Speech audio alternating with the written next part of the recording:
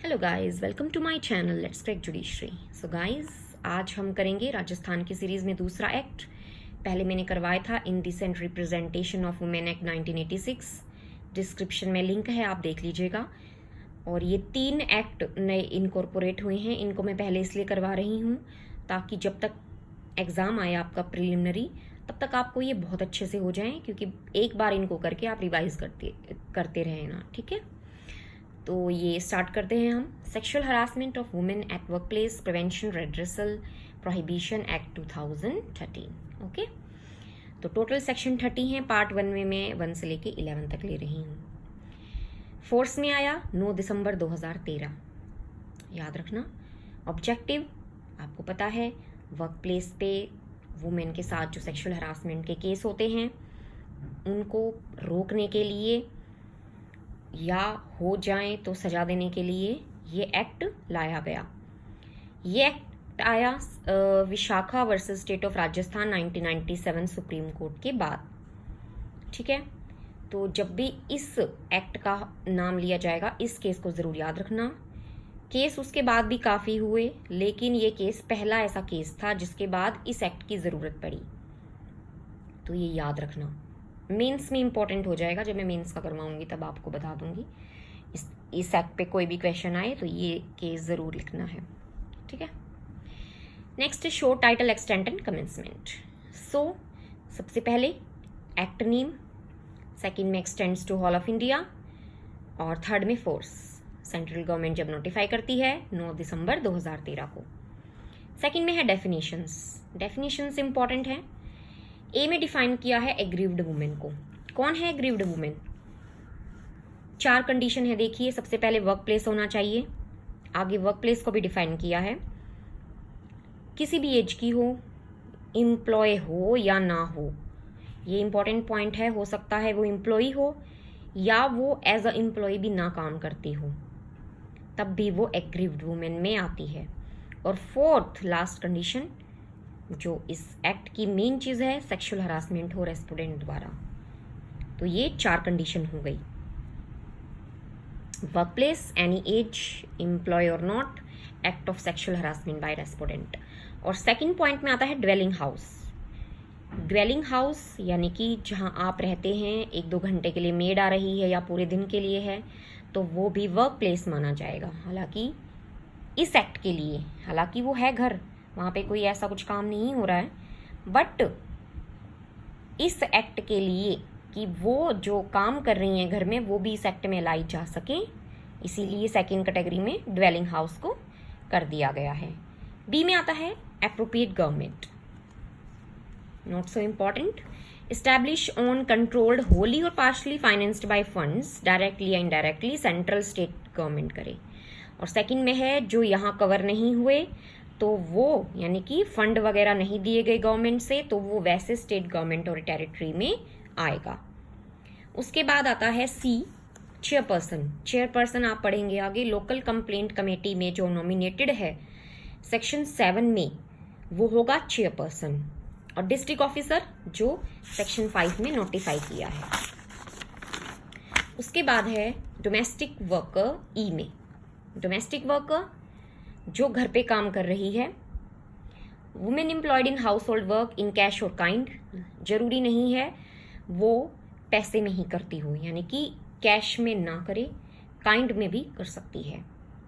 यानी कि सपोज कीजिए कि आप उनके बच्चों का पढ़ाई का खर्चा उठा रहे हैं, या कोई भी, मैंने एग्जांपल लिया है, तो वहाँ पे आपने उसको पेमेंट तो नहीं दी, कैश में तो नहीं दिया, लेकिन वो काइंड में कर रही है, लेकिन इनडायरेक्टली कैश ही है, बट फिर भी इस एक्ट के लिए, क्योंकि आगे जाके रेस्पोंडेंट ये डिफेंस में ले ले कि हाँ भाई इसको तो पैसे नहीं दिए जा रहे थे, तो ये इस कैटेगरी में नहीं आएगी, नहीं, वो इस कैटेगरी में आती है, कैश और काइंड। इसलिए ब्रॉड कर दिया डेफिनेशन को। डायरेक्टली यानी कि हो सकता है सीधा ही आपके घर आ गई हो, मतलब किसी के थ्रू आ गई हो, या एजेंसी के थ्रू आई हो, तो दोनों कवर कर दिए, डायरेक्टली या फिर एजेंसी के थ्रू। हो सकता है कुछ टाइम के लिए हो, या परमानेंट हो, या 2-3 घंटे के लिए आती हो, या वहीं रहती हो घर में फुल टाइम हो। लेकिन एम्प्लॉयर का जो फैमिली मेंबर अगर काम कर रहा है कहीं पे, तो वो डोमेस्टिक वर्कर में नहीं आएगा। ओके। एफ में है एम्प्लॉय, यानी कि कोई पर्सन है जो एम्प्लॉय है रेगुलर काम के लिए, टेम्पोरेरी, एड हॉक बेसिस पे या डेली वेजेस जैसे ही काम करते हैं ना एम्प्लॉय, ये भी इसी में आएंगे। हो सकता है एजेंट के थ्रू आया हो या डायरेक्टली आया हो, और कॉन्ट्रैक्टर भी एम्प्लॉय में इंक्लूड किया है। और हो सकता है प्रिंसिपल एम्प्लॉयर की नॉलेज में हो या ना हो, वो भी रेम्यूनरेशन ले या ना ले, ठीक है। और वर्किंग ऑन वॉलंटरी, खुद भी काम करे, तो वहाँ पे ये सारी चीज़ आ गई। और टर्म्स कैसी एम्प्लॉयमेंट की, एक्सप्रेस या इम्प्लाइड, तो वो सभी क्या है, एम्प्लॉई। देखो क्या क्या इंक्लूड कर दिया है, को worker, contract worker, probationer, trainee, apprentice, ये सभी इंक्लूड कर दिए हैं। नेक्स्ट आती है जी की एम्प्लॉयर। एम्प्लॉयर हेड हो सकता है, department, organisation, undertaking, establishment, enterprise, institution, office, branch, unit का जो अप्रोप्रिएट गवर्नमेंट या लोकल अथॉरिटी ने अपॉइंट किया है, एचओडी वहाँ का। सेकंड में है कि अगर फर्स्ट में जो चीज़ कवर नहीं हुई, लेकिन ऐसा पर्सन भी एम्प्लॉयर होगा जो रिस्पॉन्सिबल होगा for the acts of employee, या वहाँ पे काम हो रहा है, उसकी रिस्पॉन्सिबिलिटी उसी पे है, तो वो भी एम्प्लॉयर की डेफिनेशन में आएगा।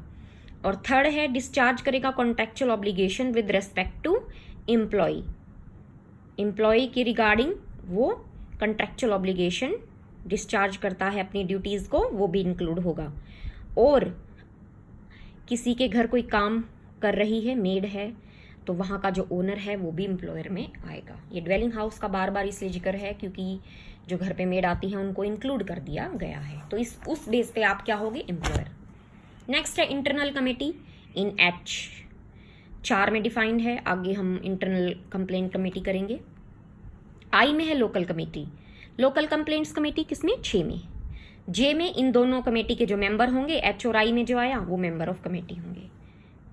के में प्रिस्क्राइब्ड, एल में प्रिजाइडिंग ऑफिसर, यानी कि इंटरनल कंप्लेंट कमेटी का जो प्रिजाइडिंग ऑफिसर, आगे हम पढ़ेंगे 4 के 2 में।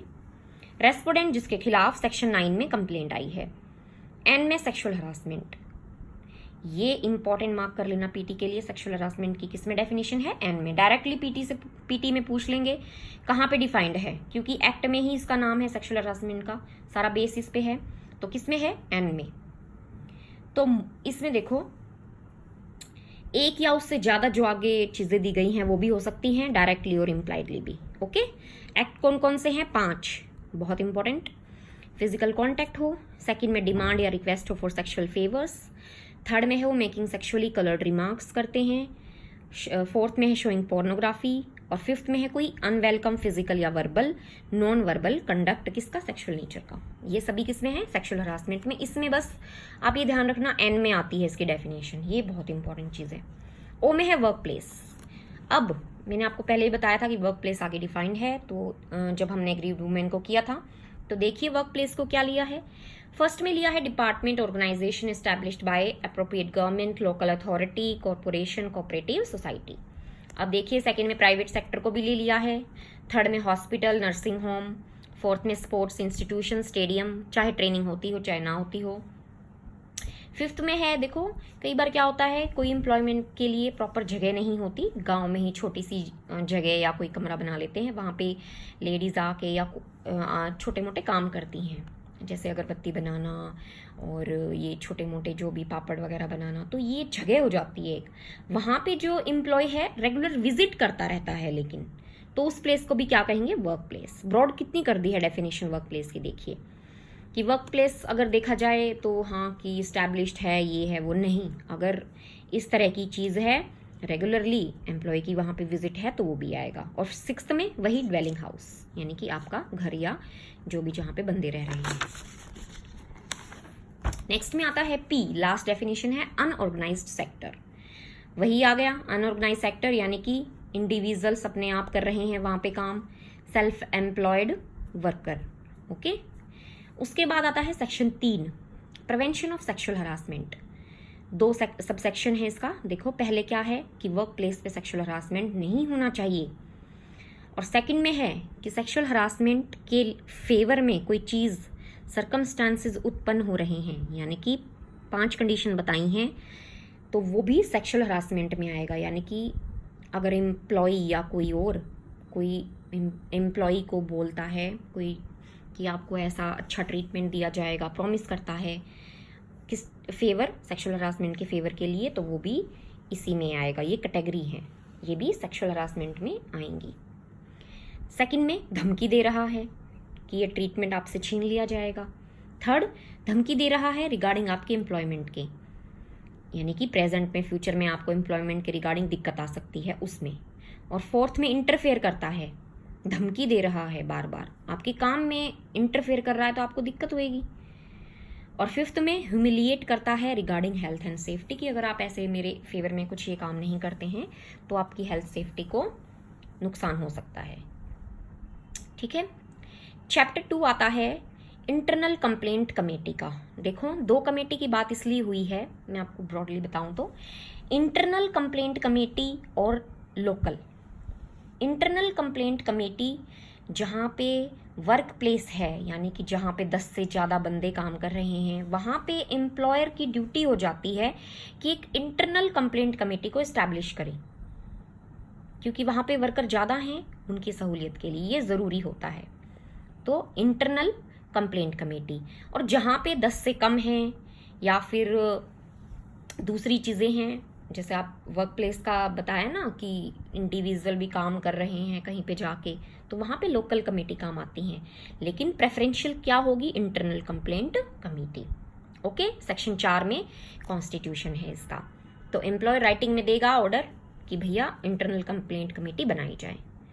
अगर उस ऑफिस के कई ऑफिस हैं, कई डिस्ट्रिक्ट में, कई जगह पे, तो हर जगह कमेटी होनी ज़रूरी होगी।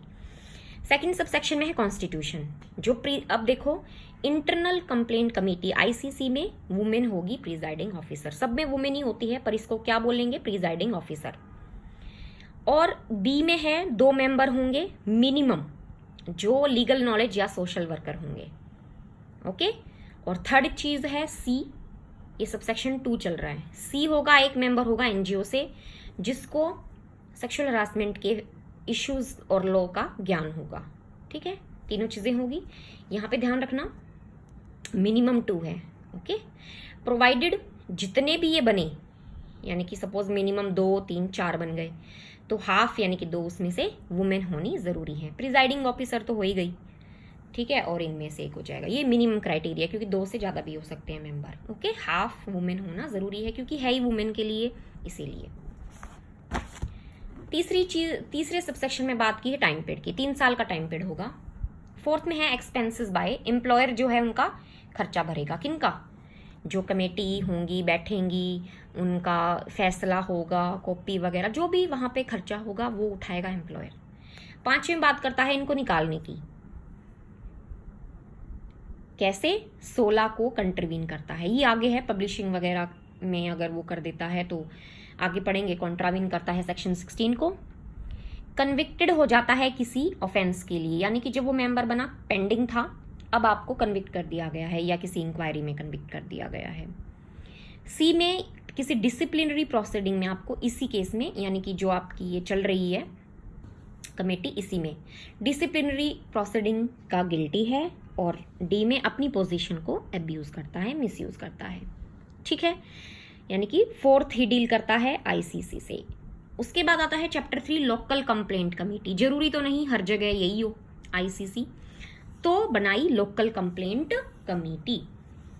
5th में है notification of district officer, district magistrate या additional district magistrate, collector, deputy collector, इनको बनाया जाता है डिस्ट्रिक्ट ऑफिसर इस कमेटी का। ठीक है। कॉन्स्टिट्यूशन एंड जुरिस्डिक्शन है लोकल कमेटी की। फर्स्ट में आता है डिस्ट्रिक्ट ऑफिसर रिसीव करेगा कंप्लेंट। कब? जब इंटरनल कमेटी कंस्टिट्यूट नहीं हुई थी। क्यों? क्योंकि 10 से कम वर्कर थे, मैंने आपको बताया था। या एम्प्लॉयर के खिलाफ ही कंप्लेंट है, यूं भी तो हो सकता है ना, एम्प्लॉयर के खिलाफ ही हो, तो वो कहाँ जाए? यहाँ आएगा local complaint committee, LCC. Okay. Second में होगा एक नोडल ऑफिसर, ब्लॉक, तालुका, तहसील, उसमें 7 दिन के अंदर अंदर वो लोकल कमेटी को एक कॉपी फॉरवर्ड करेगा, जो भी उनके एरिया में घटित हुआ है, कोई ऐसी घटना हुई है, 7 दिन के अंदर अंदर फॉरवर्ड करेगा इस कमेटी को, एलसीसी को। ओके। जुरिस्डिक्शन 3rd में बात हुई है, जो डिस्ट्रिक्ट का एरिया होगा वही होगी जुरिस्डिक्शन। उसके बाद आता है section 7, composition, tenure and other terms and conditions of local committee.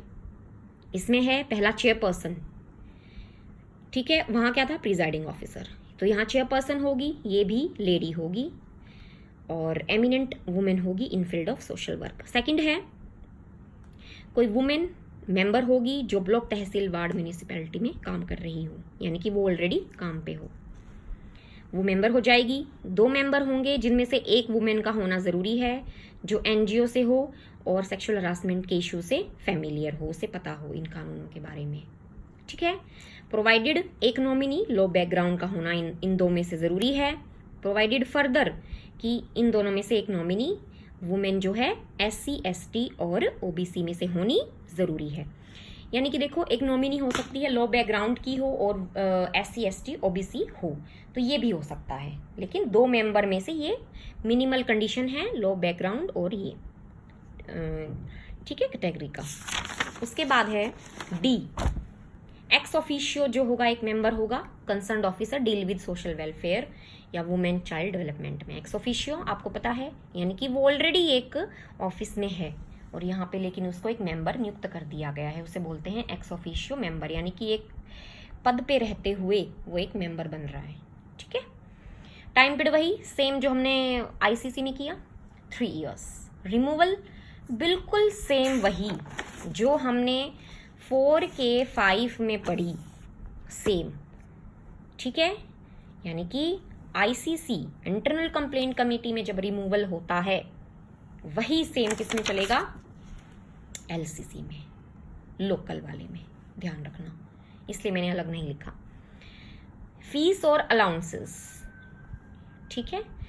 तो अब आपको पता है जो हमने एक्स ऑफिशियो मेंबर और एक मेंबर जो वुमेन थी, NGO से थी, वार्ड से थी, उनको कोई अलाउंस फीस नहीं मिलेगी क्योंकि वो तो ऑलरेडी उसमें है, लेकिन बाकी को फीस अलाउंस दिए जाएंगे, ओके।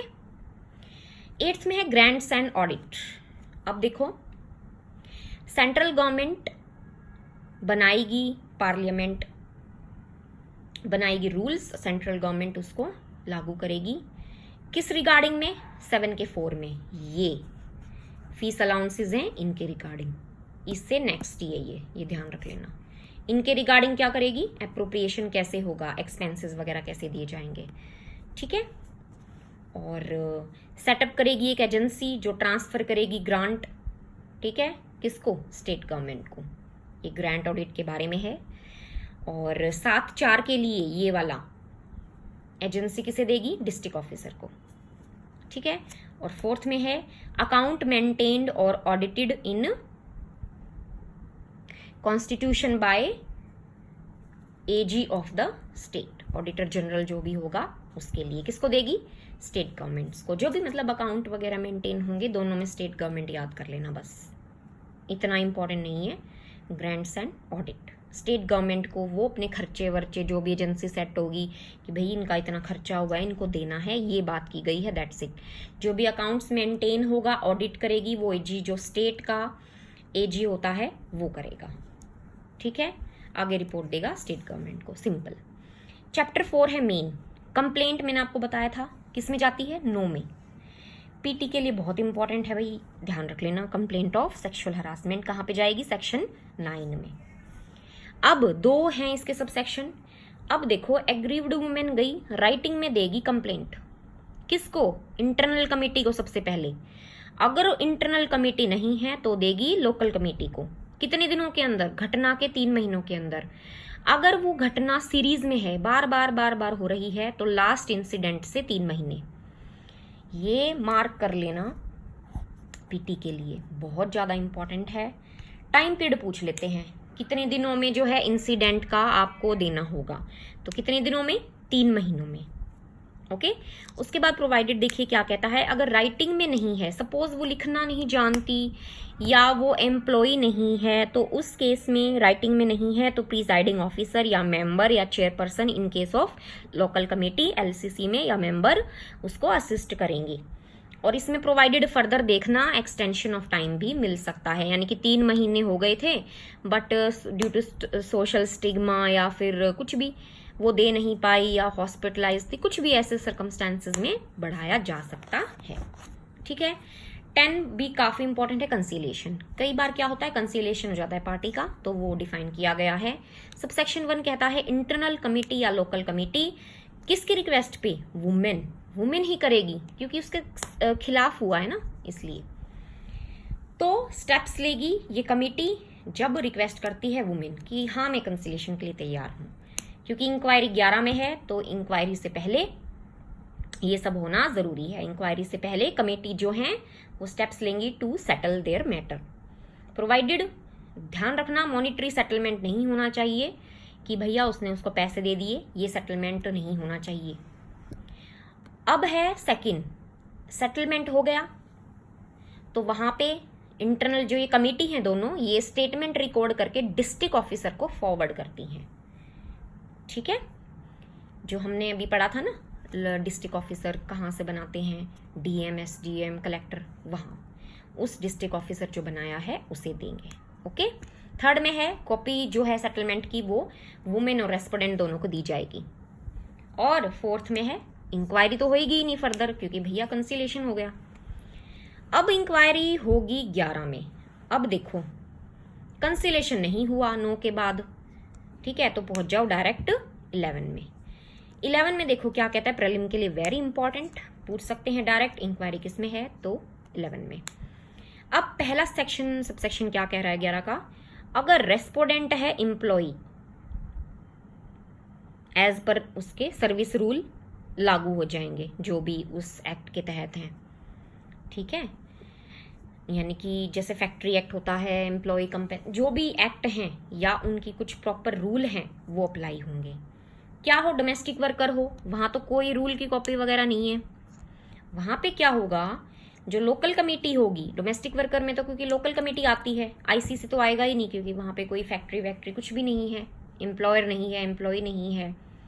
तो वहां पे जो लोकल कमेटी आएगी डोमेस्टिक वर्कर के केस में, वो 7 दिन के अंदर अंदर पुलिस को फॉरवर्ड करती है कि भाई रजिस्टर कीजिए 509 के अंदर, आउटरेजिंग द मोडेसिटी ऑफ वुमेन, आपने 509 आईपीसी में पढ़ा होगा, तो वो केस रजिस्टर कीजिए। और अगर कोई और ऑफेंस बन रहा है आईपीसी में तो वो भी डाला जाएगा। 509 तो बनेगा ही बनेगा, कहने का मतलब ये है, इसलिए इसको लिखा गया है। लेकिन ये तभी होगा जब प्राइमा फेसी केस बनता है, तब कमेटी को लगता है तब। ओके।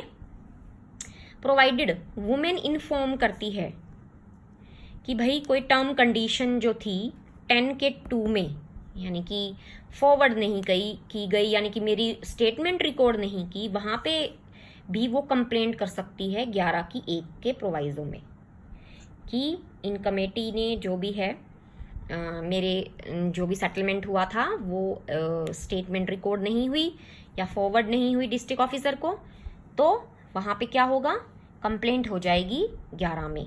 प्रोवाइजो ये कह रहा है। फर्दर अगर बोथ एम्प्लॉयर हैं, दोनों ही, रेस्पोंडेंट भी एग्रीड वुमेन भी, तब वहां पे दोनों को अपॉर्चुनिटी मिलेगी ऑफ बीइंग हियर्ड। सेकंड बात करता है as per section 509, payment of sums as appropriate having with section 15। Section 15 आगे पढ़ेंगे, पेमेंट भी दे सकती है, ठीक है ना, कमेटी या सरकार जो है पेमेंट भी दे सकते हैं 509 के साथ साथ एग्रीव्ड वुमेन को। ओके, कंपनसेशन कह लीजिए। उसके बाद है थर्ड, कमेटी की पावर जो होंगी सीपीसी वाली होंगी, समनिंग की, एनफोर्सिंग की, बुलाने का, डिस्कवरी, प्रोडक्शन या फिर कोई और मैटर।